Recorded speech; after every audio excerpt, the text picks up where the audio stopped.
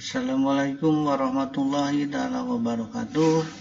Selamat berjumpa anak-anak kelas 5. Mari kita belajar pendidikan agama Islam.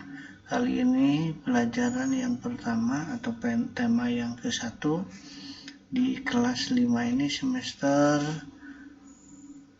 1 tahun pelajaran 2021-2022.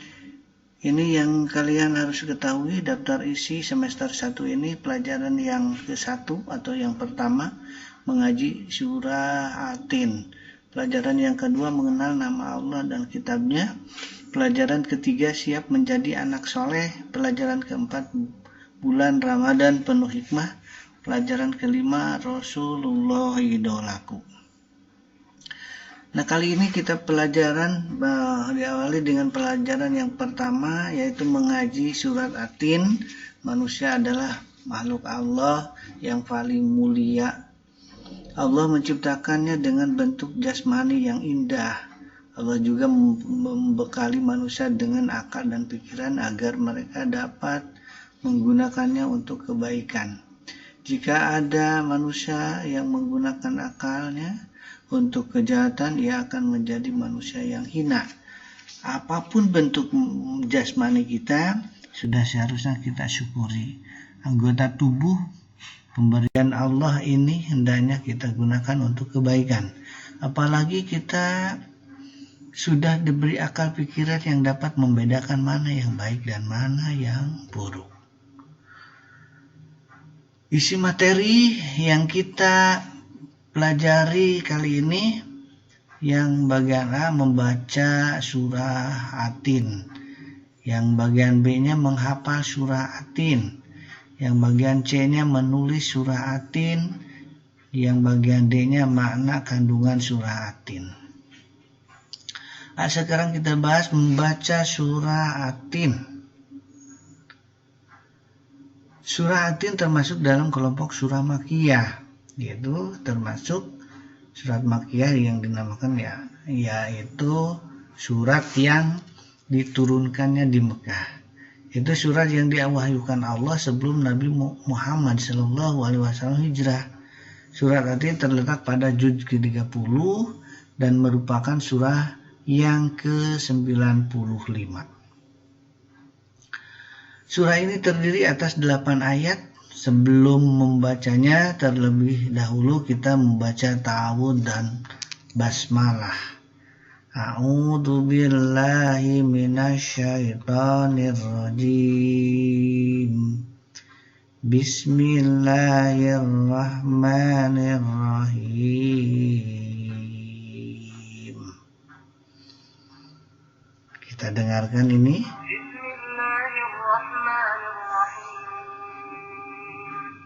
والتين والزيتون وطور سينين وهذا البلد الأمين لقد خلقنا الإنسان في أحسن تقويم ثم رددناه أسفل سافلين إلا الذين آمنوا وعملوا الصالحات فلهم أجر غير ممنون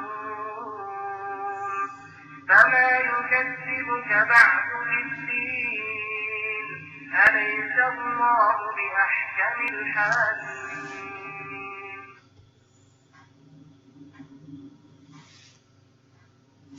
Beberapa hal yang perlu diperhatikan ketika membaca surah Atin adalah yang pertama, terdapat bacaan qalqalah, yaitu ketika ada huruf qalqalah mendapatkan harkat sukun. Cara membacanya harus dipantulkan. Perhatikan beberapa contoh di bawah ini. Bacaan qalqalah. Tsumma radadnahu. Nah, itu laqad. Nah, huruf dal mendapat harkat sukun. Terus contoh yang kedua, taqwim, khalaqna, huruf qaf berharkat sukun. Itu ada 2 huruf qalqalah, yaitu dal dan qaf. Yang kedua, tanda baca mad juga banyak terdapat dalam surah At-Tin. Panjangkan bacaan jika terdapat tanda mad. Mad itu artinya panjang, baik ketika berharakat fathah, kasroh maupun domah. Perhatikan contoh di bawah ini. Mad fathah, laqad khalaqnal insan, itu ya. Wattin, kalau kasroh. Kalau domah, illalladzina amanu, itu ya. Terus lagi contoh yang lainnya, wa'amilus sholihat, waturisinin, itu mad kasrah. Yang ketiga, perhatikanlah cara membacanya berdasarkan ilmu tajwid. Ada beberapa bacaan yang harus dibaca jelas atau mendengung. Perhatikan beberapa contoh lafal di bawah ini. Lafal al-insan dibaca ihfa atau samar, artinya ihfa itu samar. Ada huruf nun sukun bertemu dengan huruf sin. Terus lagi contoh yang kedua, falahum ajarun. Nah, idhar syafawi dibaca jelas. Ada huruf mim sukun bertemu dengan huruf alif. Contoh yang ketiga, ajarun ghairu, izhar khalqi dibaca jelas. Ada huruf ra tanwin bertemu dengan huruf ghain. Yang selanjutnya, mamnun, izhar syafawi dibaca jelas. Ada huruf mim sukun bertemu dengan huruf nun. Bagian B-nya menghafal surat At-Tin. Surat At-Tin termasuk kelompok surah-surah pendek. Jumlah ayatnya yang sedikit menjadi tidak sulit untuk menghafalnya, kalau seandainya kita rajin. Jadi berulang-ulang terus bacanya dan mendengar terus, insya Allah akan hafal dengan sendirinya. Bacalah berulang-ulang dengan fasih dan benar. Mulailah dengan ayat yang pertama, wattin wazaitun. Jika ayat pertama sudah hafal, lanjutkan ayat yang kedua. Kalau sudah hafal, terus berulang-ulang, lanjutkan dan seterusnya, lanjut ayat-ayat yang berikutnya. Nah, biasanya ini ada tips untuk menghafal Quran itu diulang-ulang sampai 20 kali. Baik berulang-ulangnya per kalimah ataupun per ayat. Menulis surat At-Tin, ya bagian C-nya, amatilah lafal surat At-Tin. Nah, kita harus ditulis dalam buku. Nanti mungkin guru atau bapak ibu gurunya akan menanyakan tentang tulisanmu. Tulislah ayat di atas dengan pelan-pelan dan perhatikan bentuk hurufnya, huruf apa saja yang berubah bentuknya dan huruf apa saja yang tidak dapat menyambung huruf di depannya. Ingatlah dengan baik huruf yang harus berubah bentuk dengan yang tidak berubah bentuk. Setelah lancar penulis ayat yang pertama dan ingat berubah bentuknya, sekarang kita mulai menulis ayat yang kedua dan seterusnya, ketiga, keempat, dan yang lain. Mereka yang beriman. Bagian yang D, makna kandungan surat At-Tin. Surat At-Tin mengandung pesan-pesan yang sangat penting bagi manusia. Manusia adalah makhluk Allah yang paling sempurna. Bentuknya, Allah juga mengingatkan bahwa manusia yang menjadi makhluk yang hina karena perilaku mereka yang tercela. Allah hanya akan memberikan pahala kepada orang yang beriman dan berbuat kebaikan. Marilah kita pahami arti dan makna setiap ayatnya. Ayat pertama menjelaskan Allah Subhanahu wa taala bersumpah dengan buah tin dan buah zaitun. Sumpah menunjukkan kesungguhan Allah Subhanahu wa taala di dalam memberikan peringatan kepada manusia. Ayat ini ditunjukkan kepada bangsa Arab sewaktu itu.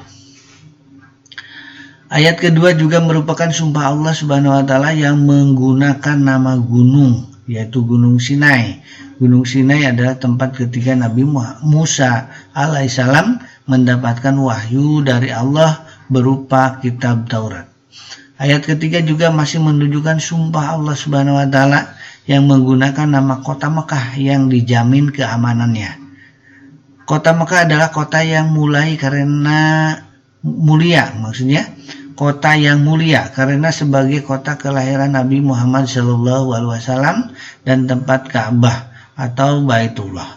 Keempat nama yang digunakan sebagai sumpah Allah yaitu buah tin, buah zaitun, Gunung Sinai, dan kota Mekah adalah nama-nama yang sudah dikenal masyarakat Arab. Hal ini untuk memberikan penegasan kepada kaum Quraisy bahwa mereka sedang diingatkan oleh Allah Subhanahu wa taala agar menjadi manusia yang mulia.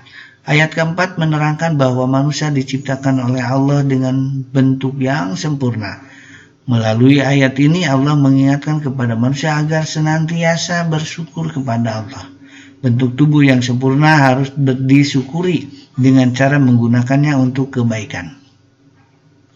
Ayat kelima merupakan peringatan dari Allah bahwa meskipun manusia memiliki bentuk yang sempurna, dia dapat menjadi manusia yang rendah, manusia yang tidak menyadari kesempurnaannya sebagai makhluk akan mudah dipengaruhi oleh hawa nafsu. Hal menyebabkan berbuatan jahat, kejahatan dan kemaksiatan itulah yang menyebabkan manusia jatuh ke dalam kehinaan. Ayat ke-6 menjelaskan bahwa manusia yang tidak jatuh dalam kehinaan adalah mereka yang beriman dan mengerjakan kebaikan. Mereka ini akan diberikan oleh Allah Subhanahu wa taala pahala yang tiada terkira. Dengan demikian, keimanan dan amal soleh dapat meningkatkan derajat manusia, kejahatan dan kemaksiatan dapat merendahkan martabat manusia. Ayat ke-7 ditunjukkan kepada orang-orang yang tidak mau beriman dan mengerjakan kebaikan. Mengapa mereka tidak mempercayai hari pembalasan? Padahal Allah sudah memberikan keterangan dan bukti yang jelas. Ayat yang terakhir atau ke-8 ini menyatakan dengan pertanyaan bahwa Allah adalah Tuhan yang Maha Adil dalam memberikan pembalasan. Orang-orang yang beriman kepada Allah dan memperbanyak amal kebaikan akan mendapatkan pahala yang banyak. Sebaliknya orang-orang yang melakukan kemaksiatan dan kejahatan, bagi mereka tempat yang hina, baik di dunia maupun di akhirat. Berdasarkan arti dari surah At-Tin di atas, kandungan maknanya dapat disimpulkan